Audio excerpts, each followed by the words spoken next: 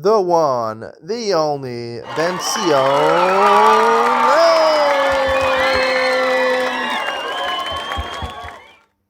Welcome to Yeshiva YouTube Table and Able Shulchan Aruch Yomi as we continue Hilchos Shabbos Siman Reish and Dal 254.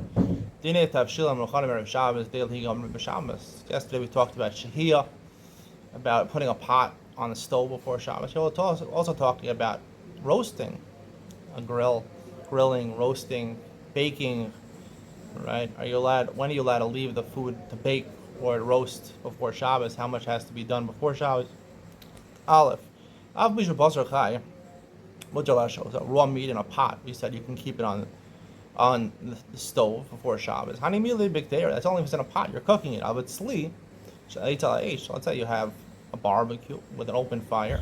You can't, even if it's raw, you can't put it close to chashecha before Shabbos. It obviously cooks much quicker. Now we're talking about specifically here a whole animal or a large piece of meat, not, we'll see, a steak, a small piece of meat. That we'll talk about later in the siman. You're going to raise the fire. You're going to raise the fire so it should cook quicker. That's only talking about meat from cattle, from a cow or a goat, right, which is definitely tougher meat. It takes a lot more cooking. Right, lamb and chicken, usually, they're cut up into different parts. You don't have a whole chicken. You're grilling the parts of the chicken. It cooks too quickly, right? You have some chicken breast on the grill, or you have some lamb chops. They'll cook too quickly. So therefore, we're not worried if you put it right before Shabbos, you're going to raise the fire. A pair of sheets together, a sleeve, kanes together, and this it's going to burn. You only need a little bit of heat, and then it's ready. Let's say it's in an oven. It's not cooking on stovetop, and it's not on a barbecue. It's in an oven, and you basically seal the oven with plaster. It doesn't matter what type of meat it is, whether it's chicken or lamb or cow meat, steak, or goat meat. It doesn't make a difference. Even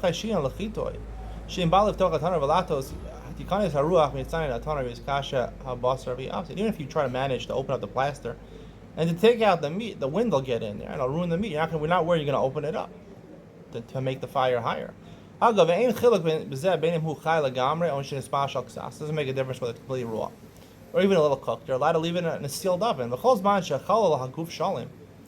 long as, like we're talking about, most of the body of the animal is whole. It doesn't have the feet, it doesn't have the head, but the midsection of the animal you're roasting together. Mikri shalim.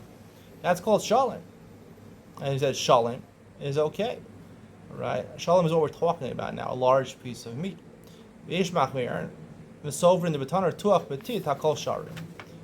day which says that, right, if it's sealed with plaster, then it's mutter. Not like the first opinion who said there's a difference between whether it's cow meat or lamb chops. Right? If it's on an open fire barbecue, it's usher, no matter what meat it is. From what passes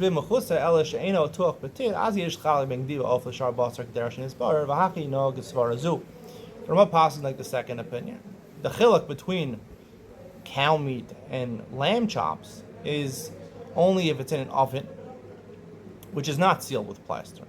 Then there's a question whether you'll open it up and try to raise the fire.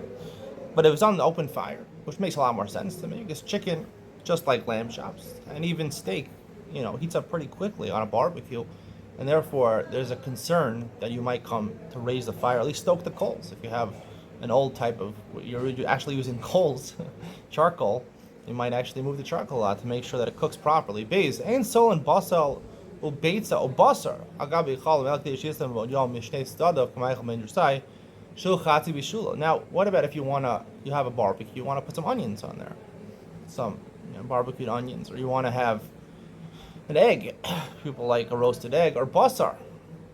This, I think, is talking about a steak, a small piece of meat. Right? It has to be already cooked, Ma'achal ben Drusai, which is medium cooked. Half of it's cooking. Once that's cooked before Shabbos, We don't worry that you're going to raise the fire because basically, as I explained yesterday, once it's already half cooked, medium cooked meat is already ruined. It doesn't taste good. Even if it's lamb chops,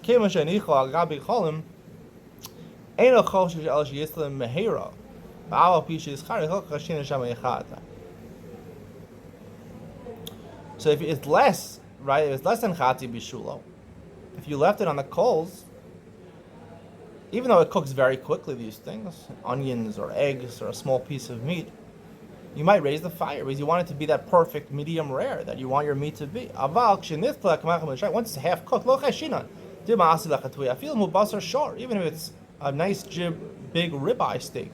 You're not going to ruin it anymore. Listen, once you cook a steak medium, you already ruined it. So you're not going to ruin it anymore. We're not going to heat up the fire. The more you cook it, the drier it is, the worse it is. For all those meat aficionados out there. Gimel, if you forgot, or on purpose, you let your meat roast on Shabbos, meaning it was less than a Michael ben Drusai, and then it became a Michael ben Drusai on Shabbos, or it became medium rare on Shabbos, it's usher. You can't benefit from Shabbos. It's called Ma'aser Shabbos. Any malacha was done on Shabbos, even if it's done b'shogi, you're not allowed to benefit from it on Shabbos. Now, if you remember in Reish and Gimel yesterday, we talked about there's a difference between if he did shehiyah by mistake or he did it on purpose. He did it on purpose, we penalize him. You can't eat it that Shabbos. You have to wait Kiddush Yasu after Shabbos. But b'shogi, we allow you to eat it on Shabbos. I'll explain why over here it's different than Reish and Gimel and Ian, Dalina, and Dalid. Fruits, apples, oranges. You want to put them around the pot. Even though they're not going to be ready before dark, we don't worry about that. No one cares about fruits. It doesn't taste any better when you cook them. Because they're better raw. If you have a covering to the pot, you took it off, don't put it back on because that heats up the food, makes it taste better. You also can't add to it. You can't, right? You can't put more, raise the fire, right? If the fire's on, right, you're not doing havara, but, right, if you stoke the coals, you're doing havara. If the fire's on, you just make it a little higher. That's not havara, right? The question is whether you're making it a little more cooked. So that we'll discuss in Ian Talina on making it a little bit better, right, is a problem. And in terms of bishul, and it's also a problem in terms, not a problem in terms of avaro, it's a problem in terms of bishul. Hey, ain't nostin samuch kashecha pasal taner el k'dei sheyikramu paneh hamidubakim betaner. What about baking bread? Can you put bread that wasn't completely baked into an oven for Shabbos? Let it bake on Shabbos. You know, if you have good challah, it's browned on both the bottom and the top. So that has to happen. Nearly I'm sorry, I'm already reading the Magen Avraham here.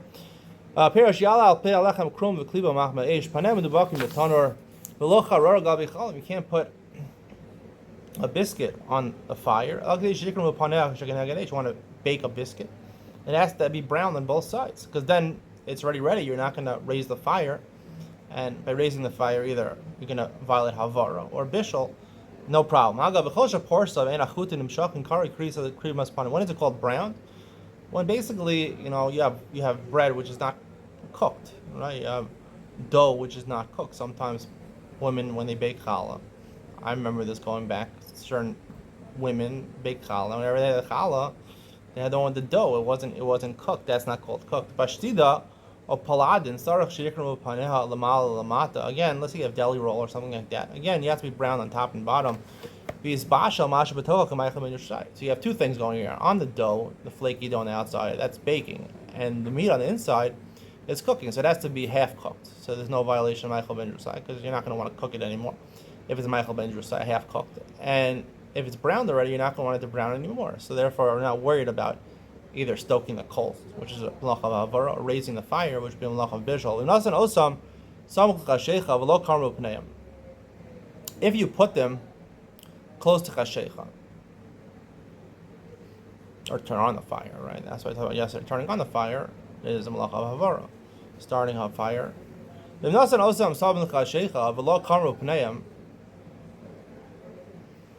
If you put them close to kashecha, close to dark, below karmu paneim, and it was not brown, ibn mazid, and you left it, asher ad motzei Shabbos, and now it became brown on Shabbos. You did it on purpose. It's called Ma'aser Shabbos. You can't benefit the Ma'aser Shabbos. Deishiyasu, right? And we penalize him even after Shabbos, the amount of time it takes to bake the bread. In Bishogi, if it's Bishogi, he doesn't have what to eat. You can take what you need for 3 meals on Shabbos. So Omer Lachirim, even though you have food, you can definitely do this type of harama with your trickery. People that don't have food, they need the bread. They can take it out for you. You shouldn't take it out with a peel, a peel for pizza. Take it out with something like a knife or something like that. Not in a way that is done during the week. That's a problem of uvdin dechol.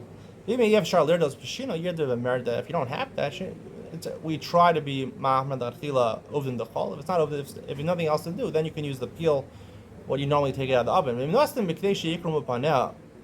And if you put it before Shabbos, the amount of time it would take to brown, but it didn't brown before Shabbos, and then by accident it started browning on Shabbos. So it's needed for Shabbos. Roda kedarko.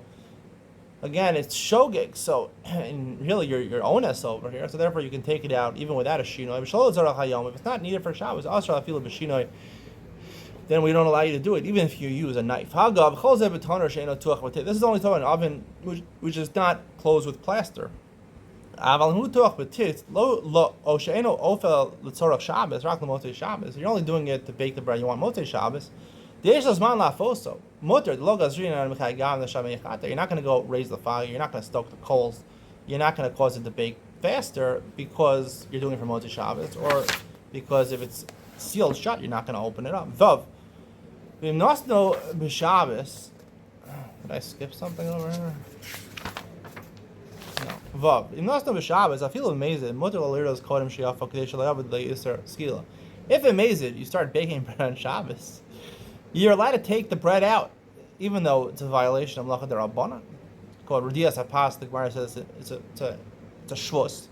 Takes away from the holiness of the day. You're allowed to take it out before it comes to krimas panim, which is brown on both sides, which would be malacha v'afiyah. So therefore, we allow you to do an isser d'Rabbanan, so you shouldn't come to an isser skila. Zayin v'tanurim shalanu she'ein b'hem redia. Right, we have shelves in our ovens. We don't have to take it off from the walls of the oven. Motar lahotzi yoter mishalosh shudas b'sakin v'shum davar. Take it out with a knife, a fork, because it's not redia. Redia is we take a peel, you take it off basically from the walls of the oven. And that's considered Redias HaPas, considered Chachma Ve'ena Malacha. It's a Shvus on Shabbos. It takes away from the spirit of Shabbos. And you shouldn't take it with a pitchfork, which is normally used for hay. That looks like you're using a pitchfork. It's not appropriate for Shabbos.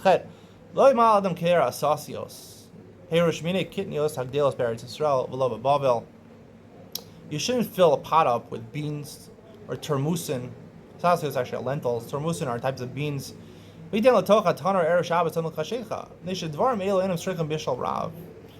They cook very quickly, these beans or these lentils.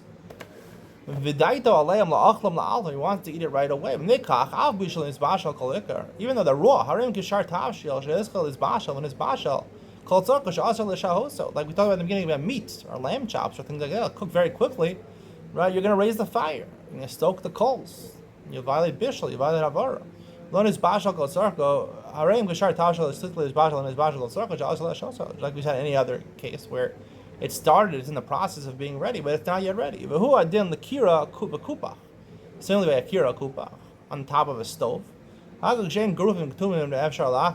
mentioned there's only a problem if the dials or the fire is not covered. If the fires are covered, the dials are covered, we're not worried you're going to raise the fire and you'll be over on havara or bishul. V'ma'asa kain afilu b'shogeg asur l'motei Shabbos akdei sheyasu. Even if you did a b'shogeg, right? Like I mentioned before, it's ma'isa Shabbos. Ma'isa Shabbos asur even b'shogeg.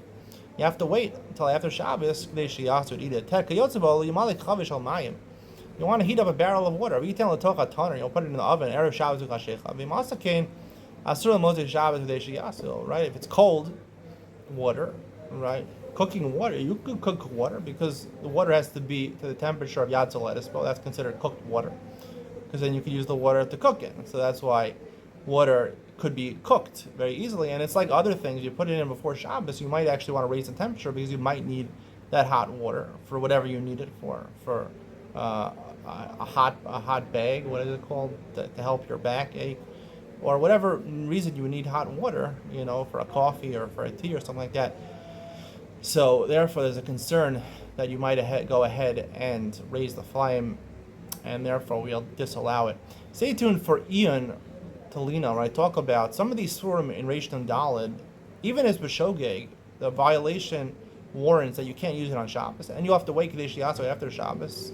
Whereas by Hilchos Shehiyah and Reish and Gimel, we learned that if you violate them on b'shogeg, you're allowed to use it on Shabbos. Amazing, then you have to wait until after Shabbos Kadesh Yatso. Why by Shehiyah or Megal? And here, when it comes to bishul and roasting and things like that, we're machmer. Ian Talinon coming up next.